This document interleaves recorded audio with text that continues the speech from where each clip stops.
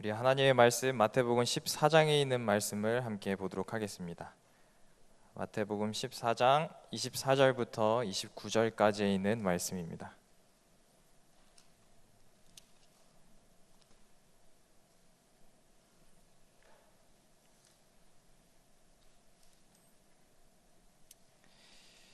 마태복음 14장 24절부터 29절입니다.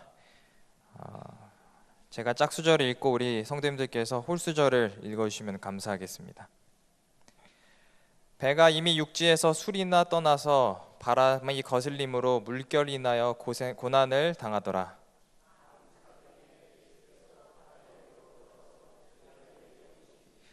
제자들이 그 바다 위로 걸어오심을 보고 놀라 유령이라 하여 무서워하며 소리 지르거늘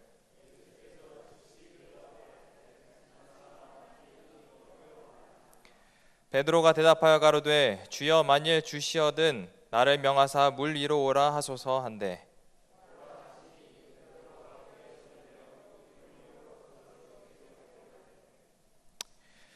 오늘부터 장마가 시작되었습니다. 그죠? 장마가 시작됨에도 불구하고 이렇게 하나님의 전을 찾으신 모든 성도님들에게 더 하나님의 축복이 더하기를 기도하겠습니다. 그래서 제가 약간 물이 들어간 성경절을 준비해 보았습니다. 폭풍우 속에서 일어난 사건이죠. 조지 하버드라는 사람은 이런 말을 했습니다. 기도를 배우려면 바다로 가라 라는 말을 했습니다. 그 아름다운 해변을 거닐어라 이런 말이 아니라, 그죠? 그 파도와 거친 풍랑 속에서 진정한 하나님을 그리고 진정으로 기도하는 법을 배울 수 있다라고 말한 것이죠. 폭풍 속에서의 우리의 기도는 어떨까요? 폭풍 속에서 우리의 기도는 아주 단순해질 것입니다. 길거나 거창한 수식어가 필요 없게 돼요. 우리가 간절함에서 터져나오는 기도만 이제 드려지게 됩니다. 그런 기도에는 수식어가 많지 않습니다. 하나님 도와주세요. 하나님 살려주세요. 하나님 구원해 주십시오. 하나님 제발.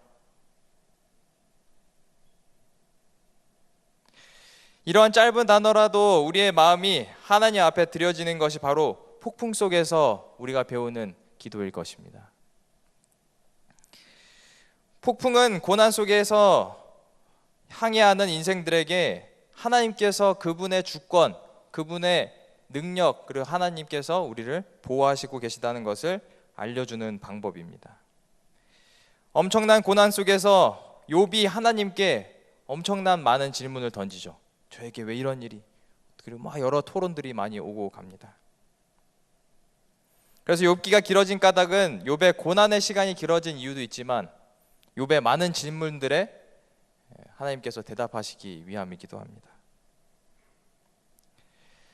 결국 그 질문에 대해 하나님께서 응답하실 때 하나님께서 어디 속에서 나타나셔요? 폭풍 속에서 임재하십니다. 폭풍 가운데서 하나님께서 말씀하시죠. 내가 땅에 기초를 놓았을 때 너가 어디 있었느냐? 어찌하여 인간이 하나님의 길을 이해할 수 있느냐? 번개가 내려칠 때 그 길을 너가 알 수 있느냐? 욥이 폭풍 속에서 하나님을 만나게 되었습니다. 그래서 욥이 이렇게 고백을 합니다. 내가 다 알 수 없는 일을 말하였고 이해할 수 없는 일을 말하였다. 과거에는 내가 귀로만 들었다니 이제는 뭐요? 내가 눈으로 주님을 보게 되었습니다.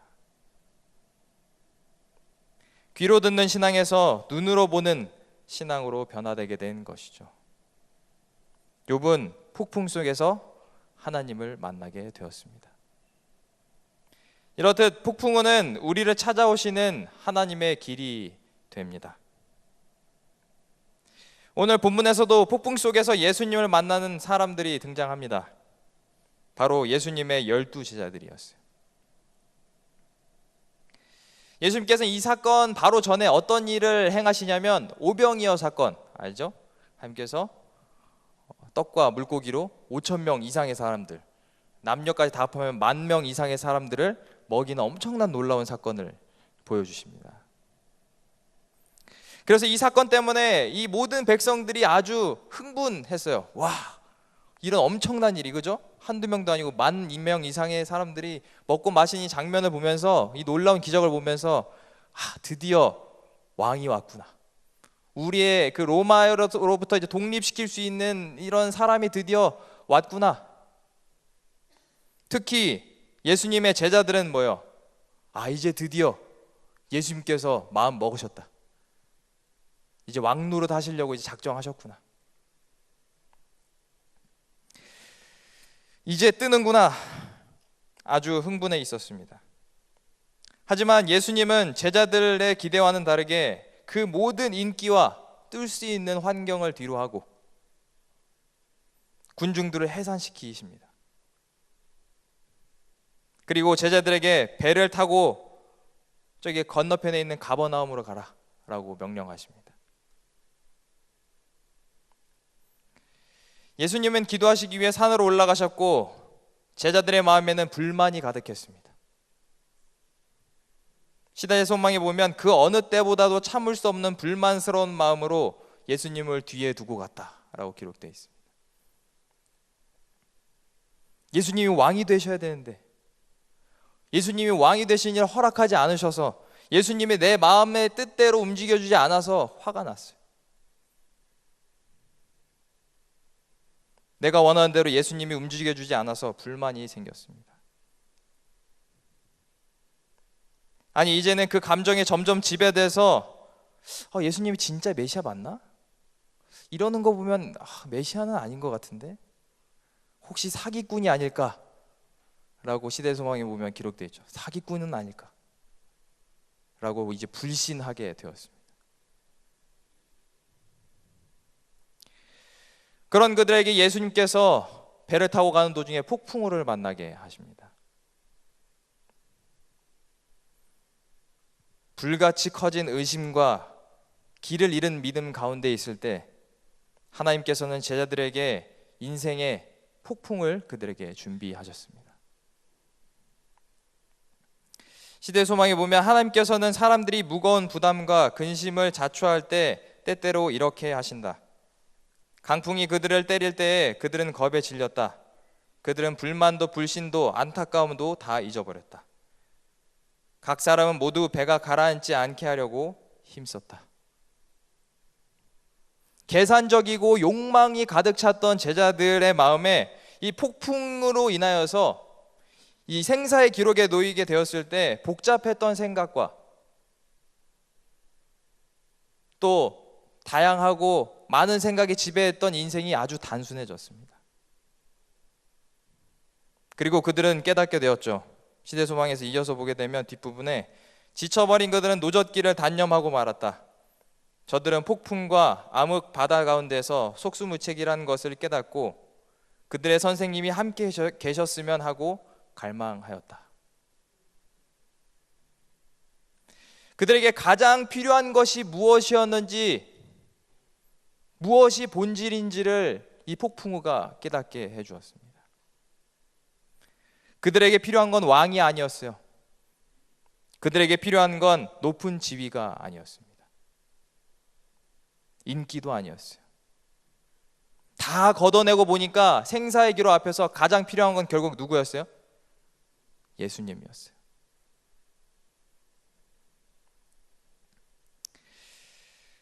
우리가 읽었듯이 이 배경의 시간은 사경, 그러니까 약 새벽 3시에서 4시, 6시 사이, 그리고 폭풍 한가운데 칠흑 같은 어둠 속 죽음의 문턱, 보이지 않는 희망, 극도로 궁지에 몰린 이 시간이 어떻게 보면 그들의 인생에서 하나님을 진정으로 찾고 또 하나님을 만날 수 있는 시간이었습니다. 이 사건 안에는 많은 이야기들이 있습니다. 그런데 그 중에서 우리의 이목을 끄는 한 장면이 있어요. 그것이 무엇이죠? 우리가 너무나도 잘 아는, 그리고 많은 사람들이 꿈꾸고 로망을 가지고 있는 사람이 물 위를 걷는 사건입니다. 12명의 제자들이 배 안에 있었어요. 그런데 제자들 앞에 예수님이 이제 나타나셨습니다. 그렇게 바라던 예수님이 이제 나타나셨어요. 26절입니다. 제자들이 그 바다 위로 걸어오심을 보고 놀라 유령이라 하며 무서워하며 소리 지르거늘 예수께서 즉시 일러 가라사대 안심하라 내니 두려워 말라. 그들이 예수님의 갑작스러운 출현에 대해서 어떻게 반응했는지 일일이 한 사람마다 기록되어 있지는 않지만 그 두려워하는 많은 사람들 가운데에서 유독 다른 반응을 보인 한 사람이 있었습니다. 베드로였어요. 다른 제자들은 그 풍랑 속에서 유령을 보았지만 이 베드로는 예수님을 보았습니다. 그는 그 풍랑 속에서 주님의 임재를 느끼게 되었어요. 아, 주님이구나. 그렇게 찾던 주님이 와오셨구나. 그리고 이 순간 이 기회가 자신의 영적인 성장과 모험을 할 수 있는 시간임을 깨달았습니다. 그리고는 말하죠. 28절에 주여 정말 주님이시거든 주님이시라면 저에게 물 위로 걸어오게 해달라. 마태는 이 장면을 아주 자세하게 설명을 하고 있습니다. 마태가 이 대화를 왜 이렇게 자세하게 설명을 했을까요? 베드로가 물 위를 건넜다 뭐 이렇게 하는 게 아니고 대화까지 이렇게 자세하게. 마태는 이 대화 속에서 우리에게 무엇을 말하려고 하는 것일까요? 뭐 사람이 물 위를 걸어? 베드로의 무식함? 그걸 드러내기 위해서일까요?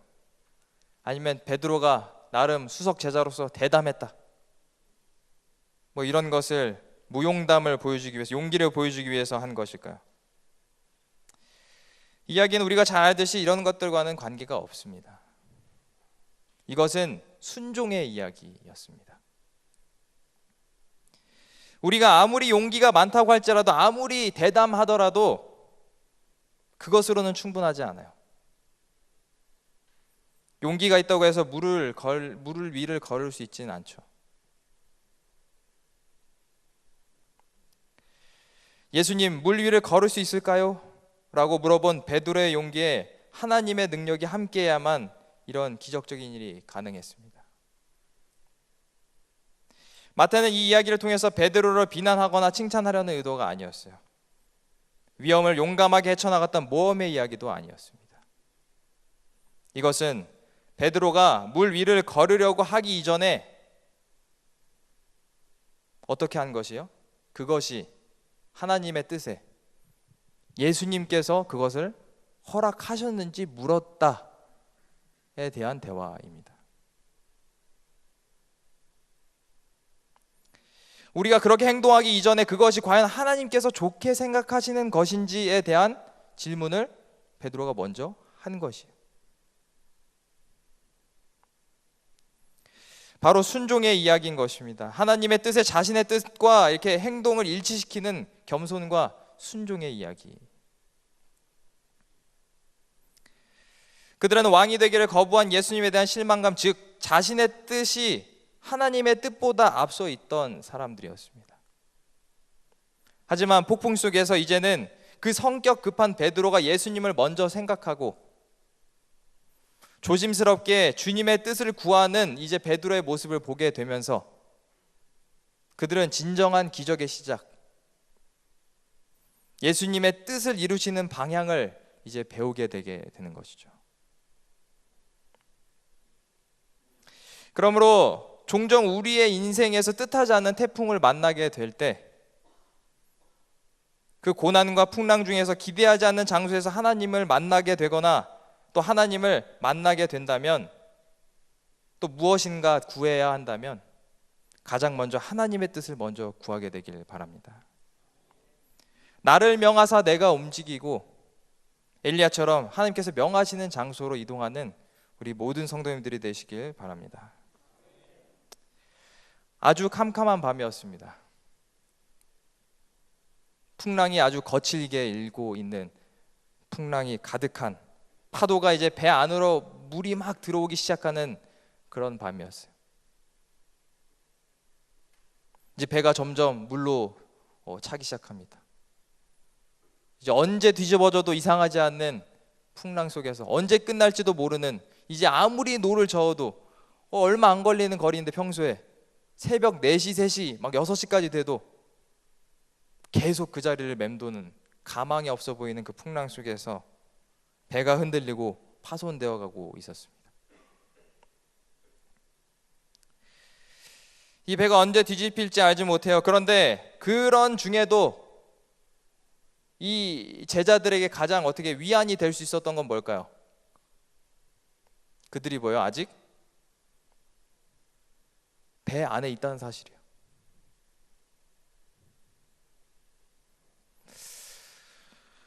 이 배마저 없으면 뭐야? 이 막막한 풍랑 가운데서 내가 살아가기 힘든데 아직 배가 가라앉지 않았어. 아직 배 안에 있으면 안전해. 살 수 있어. 이 막막한 상황 가운데 이 배마저 없으면 어떻게 될지 상상하기도 싫습니다. 그런데 제자들이 예수님을 만나죠. 그리고 예수님께서 어떻게 오셨다고요? 물 위를 걸으시면서 오셨습니다.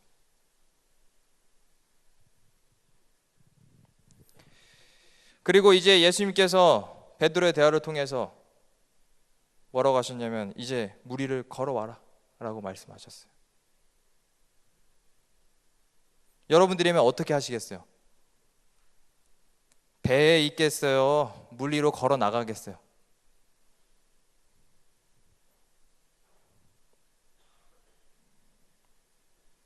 배는 안전한 곳입니다. 그나마 그 환경에서 가장 안전한 곳은 배 아니었어요. 반대로 물에는 생명의 안전을 보장받지 못하는 환경이었습니다. 그리고 지금 이렇게 배가 위험하게 된 것은 모두 물 때문이었어요. 배 안으로 물이 들어와 자꾸 그들의 안전을 위협하고 있었습니다. 파도는 높았어요. 바람은 거셉니다. 배 밖으로는 폭풍이 가득했어요. 만약 배 밖으로 나간다면 어떻게 될지 그 상황은 불보듯 뻔했습니다. 하지만 여러분, 기억해야 합니다. 베드로가 호기롭게 말했지만 오라 하시니 라는 예수님의 명령을 거절했다면 물 위를 걷는 기적도 없었다는 사실입니다. 우리는 인생에 물 위를 걷는 경험들을 많이 하고 싶어 합니다. 왜 내 인생에는 물 위를 걷는 것 같은 기적적인 일들이 일어나지 않지? 그러면서 물 밖으로 나갈 생각을 하지 않아요.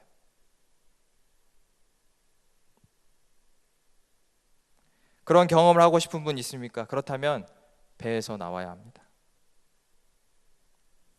우리는 종종 우리의 인생에서 가장 안전한 곳이 배라고 생각합니다. 배가 나를 지켜줄 것이라고 생각해요. 지금까지 노를 막 밤새 저었는데도 그 자리인데도 불구하고 아직까지도 내가 배 안에 있으면 안전하다고 생각합니다. 뭔가 가망이 있을 거라고 생각을 해요. 하지만 우리에게 가장 안전한 것은 예수님이 계신 곳입니다. 여러분, 나의 인생에 비바람 부는 것 같은 분이 있습니까? 평안이 없는 분들이 계십니까?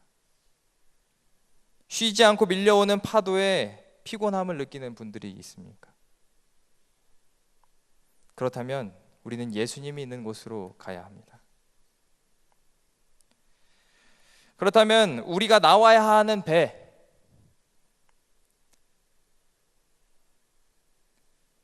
나를 예수님께 다가가도록 못하게 하는 배 같은 것이 무엇이 있을까요? 내가 안전하게 느끼는, 그것은 우리가 하나님 없이도 편안함을 느끼게 해주는 장소, 시간, 물건, 사람, 주님을 만나지 못하게 하는 모든 것, 그것이 우리가 포기해야 할 배입니다. 우리가 이 땅에 더욱 안주하고 싶어 하는, 그렇게 하고 싶게 하는, 우리가 하늘에 가지도 않아도 여기서 행복하다, 하늘에 갈 필요성을 느끼지 않게 하는 모든 것, 아직은 재림하시면 안 되는데 라고 생각하게 하는 것, 아직 해야 할 게 많이 남았는데, 내일이라도 주님이 재림하시면 난 어떻게 해야 하지? 난 아직 준비가 되지 못했다고 느끼고 머리에 떠오르는 모든 것이 우리가 지금 내려야 할 배입니다. 폭풍우가 부는 거친 한 바다 가운데 있으면서도 하나님과 함께 있는 것, 예수님이 오라고 했을 때 그것을 거절할 정도로 배에 나를 머무르게 하는 그것, 그런 것들이 있다면 우리 인생에서 과감하게 포기해야 할 배인 것입니다. 우리가 예수님의 진정한 제자가 되는 일에, 주님께 다가가는 일에 방해가 되는 것들입니다. 아무리 노를 저어도 빠져나갈 수 없는 폭풍우 같은 세상 속에서 그 안에 살고 있으면서도 이 배로 가능하다며 예수님이 필요하지 않다고 느끼게 하는 것들을 버려야 하는 것입니다. 오늘날 하나님께서는 종종 우리에게 폭풍우를 허락하십니다. 그리고 그 이유는 우리의 본질, 진정으로 우리의 인생에 누가 필요한지 다 걷어냈을 때 우리가 누구를 생각해야 하는지를 떠올려 주게 할 것입니다.